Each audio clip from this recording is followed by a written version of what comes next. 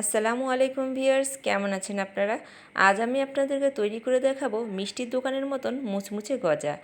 আর এই গজাটা খেতে কত মজা, না বানালে বুঝতেই পারবেন না। প্রথমেই আমি এখানে লাগছে ঘি, তারপরে লাগছে কর্নফ্লাওয়ার, চিনি, আটা, ময়দা, যেটা ইচ্ছা আপনারা ব্যবহার করতে পারেন, পরিমাণ মতো লবণ আর তেল। প্রথমে আমি একটি মিক্সি বলে আটাটাকে নিয়ে নিলাম, তার সাথে লবণ দিয়ে একটি শক্ত ডো বানিয়ে নিব এবং ডোটা 10 মিনিটের জন্য রেস্টে রেখে দিব।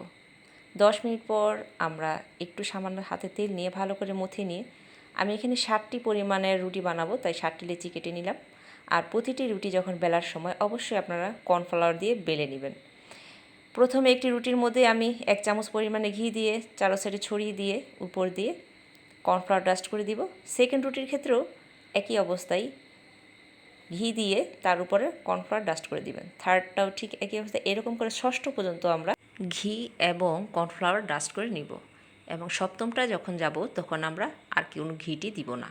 এরপর এটার উপর দিয়ে কর্নফ্লাওয়ার ডাস্ট করে নেব। এরপর রুটিটাকে আমরা এই দিক থেকে এই পিঠ থেকে আবার দিব, বেলে নিব, আবার ওই পিঠ থেকে আবার বেলে নিব। এই পিঠ ও পিঠ করেই বেলে নেবেন, না হলে তাহলে রুটিটার তারতম্য হবে না বেশি একটা। এরপর আমরা শেষমেশ এখানে আরেক চামচ ঘি দিয়ে ভালো করে এটাকে মাখিয়ে নিলাম। তার উপরে ভালো করে কর্নফ্লাওয়ার ডাস্ট করে একটি রোল বানিয়ে দিব। রোলটাকে আমরা 5 মিনিটের জন্য রেস্টে রেখে দিব। একটি ধারালো ছুরি দিয়ে ছোট ছোট করে আমরা কেটে নিব। আর এই জিনিসটা করতে হবে খুব আস্তে ধীরে। আপনারা দেখুন আমি যে কেটে নিচ্ছি প্রতিটি লেয়ার বাই লেয়ার দেখা যাচ্ছে রুটির। দেখুন আমি দেখিয়ে দিচ্ছি ঠিক এই রকম। আপনারা ইচ্ছা করলে এটাকে 8টা 9টা 10টা রুটি দিয়েও করতে পারেন, এটা আপনাদের ইচ্ছা। এখন আমি এখানে একটা চিনি শিরা করে নিব 1 কাপ পরিমাণের চিনি দিয়ে। আর এখান থেকে আমি তেলটা গরম করে নিয়েছি।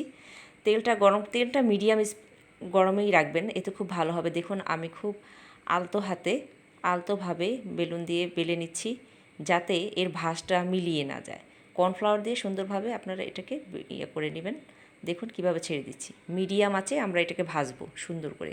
আমি আরেকটা বেটে দেখাচ্ছি, ঠিক এভাবে আলতো হাতে করবেন যাতে এই ভাঁজগুলো মিলিয়ে না যায়।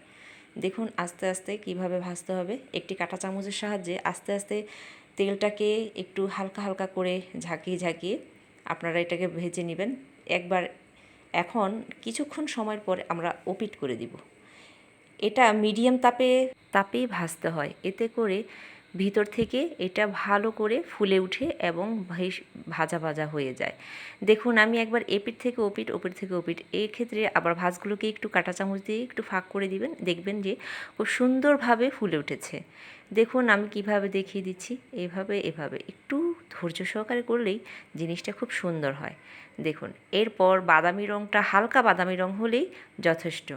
হালকা বাদামি রঙ হওয়ার পরেই আমি এদিক থেকে শিরাটাকে অন্য একটি চুলায় গরম করে নিয়েছি। দেখুন এবার শিরাতে সাথে সাথে ছেড়ে দিয়ে সুন্দর করে একেবারে জিলাপির মতো সাথে সাথে দিয়ে সুন্দর করে উঠিয়ে নিব। দেখুন বারবারে করে দেখাচ্ছি। আর বাদবাকি সবগুলো আমি এগুলো ভেজে নিচ্ছি আস্তে আস্তে, এবং এটা ভাজতে বেশি একটা সময় লাগে না, প্রায় 3-4 মিনিটেই আপনাদের ভাজা হয়ে যাবে। দেখুন এই তো আমি ভেজে এটাতে নিলাম, এখন পরিবেশন করে দিচ্ছি। দেখুন কেমন হয়েছে আমার গজা। আপনারা বাসায় একবার হলেও ট্রাই করবেন। নেক্সট ভিডিও দেখার আমন্ত্রণ রইল। ধন্যবাদ।